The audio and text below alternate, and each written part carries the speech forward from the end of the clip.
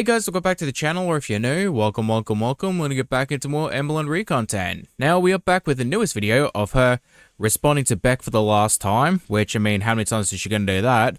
But I think it's really good because we only just finished the Beck video yesterday, so let's get into it to find out what Amber is gonna be lying about, justifying, defending today. Hello. So welcome to a new video. It's actually February 7th at 3 a.m. in the morning. Yes, I should be asleep, but here I am awake, filming a video. Amber, please, you're acting like you got something else to do with your life. Like what, are you gonna get up at 6 o'clock and go to your office job? I was actually getting ready to get comfy and try to sleep. My sleeping hasn't been the greatest. I've just been having... Amber, for once, can you make a video about someone else where you're not talking about yourself and just apologize for the shit that you've done? Like, you are talking about the abuse allegations towards you, and yet here you are talking about your sleep schedule. Get over yourself. A lot of anxiety, and when I have a lot of anxiety, I go to sleep really late, and I genuinely hate it. Something I've suffered with majority of my life. Aw, let me guess, Amby. Is it from your childhood trauma? Is that it? Is it also your BPD? But anyways, I could have totally slept and waited till tomorrow to film this, but I think it's just so heavy that like I have to do it now so I can just be completely done with it. Yeah, no, that sounds about right. Like, as long as it's okay for you, then the situation's over and done with, but like, screw everyone else and how they feel, right? I watched Beck's new video that they posted tonight or today or whatever, but it was a new one. So that video genuinely shocked me, and it made me feel stupid and dumb, and it made me realize that like the way that I viewed our relationship was completely wrong. Yeah, no shit. After a dozen relationships, you think you'd be a little bit more cluey about the things that you do, but apparently not. And I was oblivious to a lot of things. I will give it to Amber and say that maybe one or two things, because like a lot of people have their own particular issues or red flags or even quirks to doing things, and it doesn't necessarily mean they're always bad, it just means they're unaware and need to change them over time, like you grow and develop as a human being. That being said, after 4 years of abuse, you do not just be oblivious to most things. Bullshit. And if you are somehow oblivious to your partner's feelings after 4 years of abuse, you are so goddamn in the wrong, it is not even funny. Even to the extent of the way that I treated them. So I want to be accountable in that. But this is just the example that I saw in their newest video where it made me look back and be like, yeah, like we both actually viewed this relationship completely different. So in their new video, they were reacting to a compilation video of me being rude to them for 10 minutes straight. And in the reaction, Beck stated multiple times that it's obvious that they didn't want to be on camera. And they said, oh, look at me zoning out while she's talking. And it's like both of those things like genuinely hurt. And it made me realize like I didn't even notice these things. You will never recognize other people's emotions because you don't care about other people's emotions, and if you did, like you say you do, you would want to change and be a better person, but after 12 failed relationships, it's still the same thing with you. Just like how when I was in a relationship with them, I didn't notice how mean or rude I could come off until looking back, and I just feel super remorseful. That is a flat out goddamn lie, because on the live streams you were fully aware of how rude you could be, and then you would catch yourself after you had said something and pretend like it never happened, so you knew full well what you were doing. You were very conscious. I viewed our whole relationship a certain way that it wasn't. I genuinely thought that they wanted to be on camera and that they were okay with being on camera. And I was so accustomed to them zoning out or seeming like they didn't want to be on camera that like that was normal for me.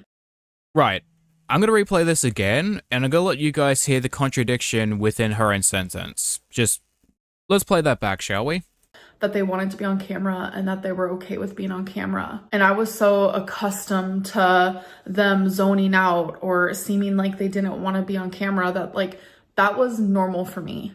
Can you please explain to me how exactly someone doesn't want to be on camera but seems like they genuinely want to be on camera? Like, that doesn't quite make sense. And just because someone agrees, because they don't really have any other choice, doesn't mean that it's consensual to film them. Like, I don't understand how Amber only perceives the word yes, or them agreeing to do so simply because Amber keeps pushing for it as a way of consenting. That is not consent. Like, just, you have to be a willing participant in order to agree and be consensual. Just because someone says yes, because you make them say yes, doesn't make it consensual. Like, my God, what is wrong with some people? But I didn't know that the zoning out and the look on their face, etc., was like an indication that they weren't listening to me or that they didn't want to be on camera. Like, that is like news to me. Amber, don't even. You're a grown-ass adult. Anyone with a bit of common sense would know that. You know what? I just realized what I said. Ignore what I said. I'm an idiot. So knowing that like I viewed our relationship one way and it wasn't, like I genuinely look stupid, but I guess like maybe I low-key deserve it. And we're back to her. Like, my God, just me with this girl.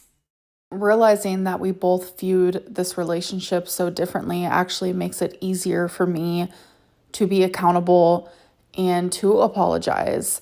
Because if that's the way that they truly viewed it, like, Nope, you're already doing it wrong. Like, that gives the exact same energy as, well, I'm sorry you feel that way. I deeply apologize for that. And there's nothing I can do to change their opinions and their thoughts and their experience because that's what they lived. Hey, Amber, you know what you can do? What you can do is sit down, think about what you've done, and if you are remorseful for the things that you have done, you can make a genuine apology and then proceed to give them all the money that you owe them, plus interest. I wasn't the greatest girlfriend. I wasn't the most perfect girlfriend, but I will say I'm not all good. I'm not all bad. I think what you mean to say is it's all bad and no good because, let's face it, dating you is nothing but a burden, and I hate you trying to use perfection as a way of creating this impossible standard. Like, it's not. Your idea of an impossible standard is just our bare minimum. And I wasn't that way then either. Like, our relationship was definitely complex. And even though it might not be visible to the public or even to Beck in this moment, I have taken accountability for the things that I've done. No, you haven't. You have not taken accountability for your actions, and it's also not really your place to say so because you're not the one that was affected by it. And in the video, they even stated, like, I don't want you to reach out to me. And that's very much why I haven't, because I wanted to respect those boundaries. But they said, I don't want an apology from you. Yeah, probably because it won't be genuine. Like, you don't care about other people's emotions, and it's only to serve your own best interest, because you'll be like, well, I took accountability, I apologized, like you have done and said in the past. And I know for a fact she's going to prove me right, because Beck has already said they don't want an apology, and yet Amber is still going to try and extend an apology to make herself feel good. Like, that will prove that she only cares about herself. I genuinely feel like Beck deserves an apology for the wrongdoings that I did do. Exactly, it's only about how you feel. But if they don't want to accept it or hear it, then I have to be okay with that. I'm not going to apologize to the internet. The apology wasn't for you guys. It was for them. I feel like in this situation, like, this type of accountability should be handled in private, just like the apology should have, and this sort of discussion that is like happening between back and forth with us. Like, these things should be happening in private. Well, here's the funny thing, Amber, like, you don't get that choice. Whether or not they want to make it private or public is completely up to them. You chose to monetize your life and their life. Well, guess what? It's public now. It's like when personal matters like this are brought onto like a public platform, I feel like backed up in a corner, like I have to defend myself or I have to say something. I mean, you really don't, because after 11 years, you have proved to us who you really are as a person. But it's like, I'm not going to sit here and go through every single thing that they said, like every single claim, every single this or that, because that is just going to fuel negativity. I truly don't feel like the back and forth is productive for either of us. But if they truly feel like sharing their story is what is going to help them in the long run, then go for it. But I have to genuinely step away. Then why are you even making this video in the first place? If you're stepping away and you don't want any part of this, well, mind your own business and let them heal in peace. Like I said, I wasn't going to speak about them, and that was standing. But like hearing all of these things being said, it's been hard for me because it's like I have shown growth in my personal life, and it's hard to like show growth publicly when these are things that like was happening behind the scenes. So publicly, I might look the same to you guys, but I have changed a lot. A changed person doesn't have to tell someone they're changed, they just have to show their actions consistently and people will acknowledge it. I am always open for growth and for changing to be a better person every single day, and I want to reflect on the past more. I mean, if that's so true, why do you justify everything with BPD? You don't see me out here justifying everything I did bad with autism, do you? Because that actually genuinely helps me see ways that I need to improve and ways that I already have improved. And can any of you amazing people in the comment section please tell me where exactly has Amber improved? Like, I would really want to know because I don't see it. I just want to say that any time that I had Beck on my channel, it was never out of malice. I never meant to disrespect them. And yet you did. And I really, really, really, really did love them. No, Amber, you did not love them. You love the fact that you could control them, and you also love that they did stuff for you.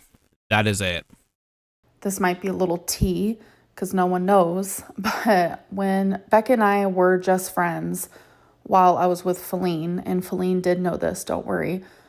One night I got really, really drunk and I told Beck, like, I really was in love with you and I still love you. Like, you're a great person. And oh, Amber, that is so cute. Like, was that before or after you decided to shit talk them on live stream and then proceed to kick them out, laughing about how distressed they were about not having the money to move? I hyped them up because genuinely, I owe so much to them.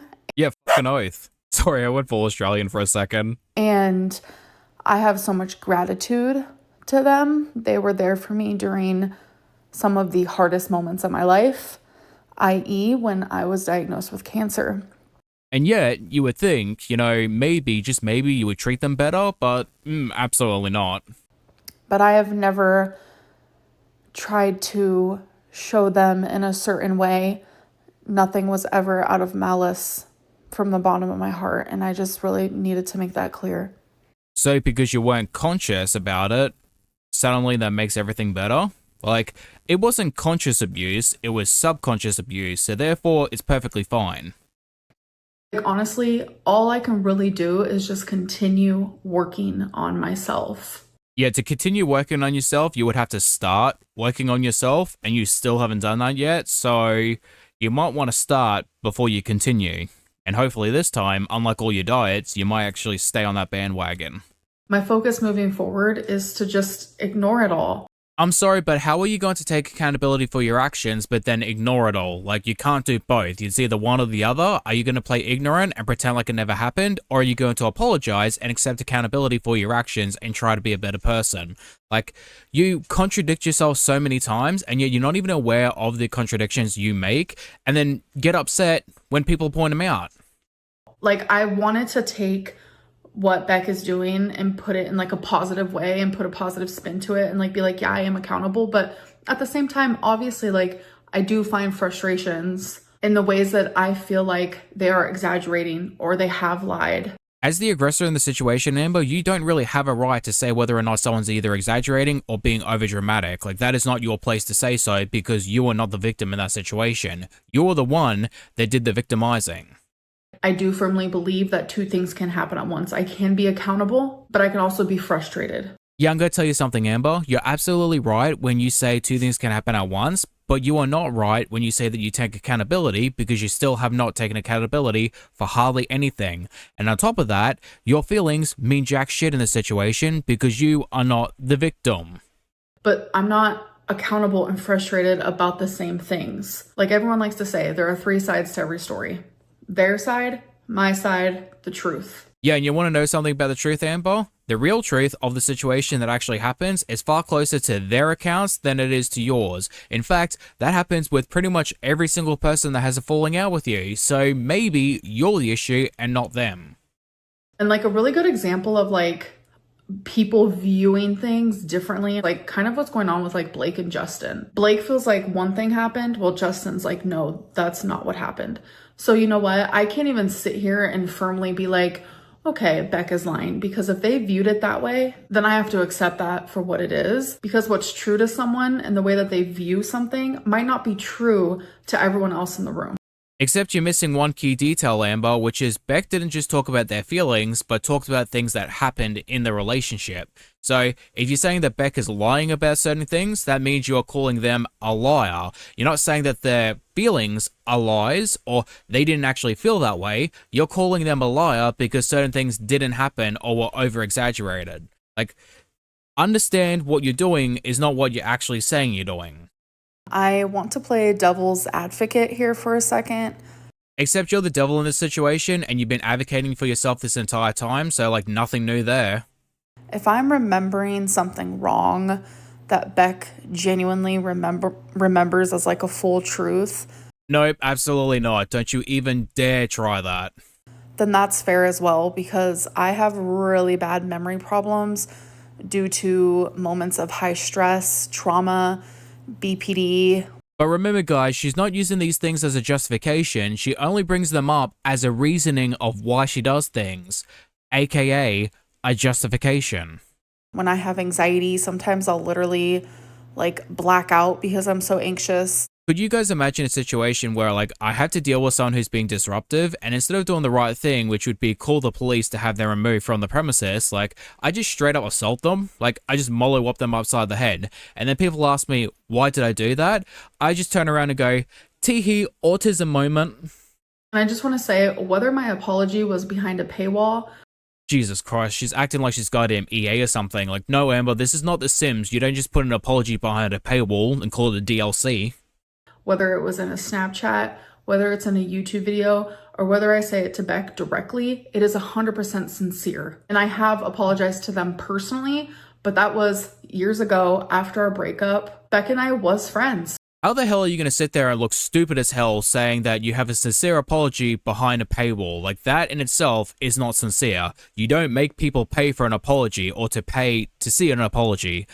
You can piss all the way off. In fact, you can piss off to the moon you don't even believe in, because my god, you are out of this world with that stupid ass bullshit. For about a year after we broke up. And obviously that didn't work out, which I understand. You understand, but then you also don't know why the relationship was so bad. Really? But I did apologize to them. Two things, Amber. One, the apology needs to be as loud as the insult, so if you're going to apologize, you better make a really big show of it. And two, just because you apologize does not mean people have to accept your apology, nor do they actually ever have to get over what you did to them. I don't think that I took as much accountability as I do take now, because like I said, every day I like to reflect and just grow into a better person. You guys want to know how I know I'm a bad person? Because she said grow and change, and I immediately thought of the caterpillar from Bug's Life. Like, tell me I'm wrong. So I'm not going to sit here and list off every single claim that they said and write down like, okay guys, these are the things that are true and these are the things that aren't. These are the things that I'm accountable for. Like, there's no productivity in that. I mean, let's face it, like, you might as well. You got nothing else to do. Because whether the internet knows what I'm accountable for versus what I'm not accountable for, that doesn't bother me. Alright, so I want to direct you lovely people over to Amberlynn's accountability pie chart. Starting off with the smallest one, we have trauma, which specifically is childhood trauma, but that also links up to her oh-so-famous BPD and her BPD moments. But we also have a 50%, which is the biggest one, which is an oldie but a goodie, the good old-fashioned bed monster. The only person that I'm worried about and them actually hearing me is Beck. And if they don't want to, that's their prerogative. I'm okay with that. I want them to do whatever helps them. I'm not apologizing for myself. I'm apologizing to the person that I was in a relationship with for almost 5 years. I honestly wouldn't even say Amber has relationships with other people. It's just she views people as an extension of herself. So realistically, she's just dating herself. And I hurt them, and I'm sorry for that. I really want to continue taking that experience and that relationship and learning from it. Here comes the waterworks. Beck can say absolutely anything from this point forward, and I am not going to respond. I genuinely wish them nothing but the best. And the apology that I need to give to you guys, if I hurt any of you during this whole thing because you guys care for Beck, then I'm also sorry for that. I'm just gonna throw it out there because like I have no empathy for Amber right now. Like if you're going to cry, you might as well make yourself useful. Stand over a pot of play, at least they can get some water out of it. I am a very flawed individual. That is not an excuse, but I'm a flawed individual that can learn from this experience. And thankfully, I have. Whether people see it or believe it, I know it because I am my own person and I know how I've been in past relationships. And as I've gotten older and more mature. You know when people say they want you to change? They want you to change for the better. Like you broke up with your girlfriend and not even a full week went by before you were thirst trapping. Like you're doing it faster than you typically do. So like if anything, you're regressing. And I've learned more about my BPD and just who I am as a person. I have become a better person and I have become a better girlfriend. In order to be a better girlfriend, you need to have a girlfriend and you don't have one of those. I've become a better friend. Not what Alexis said. I've become a better pet parent. I've become a better daughter. I've become a better sister, but I'm still flawed. I'm super complex and nuanced, just like we all are. Oh, you're a better pet parent, huh, Amber? Where's Rarity? Have you got Wasabi microchipped yet? Anything? Nothing? Yeah, figured.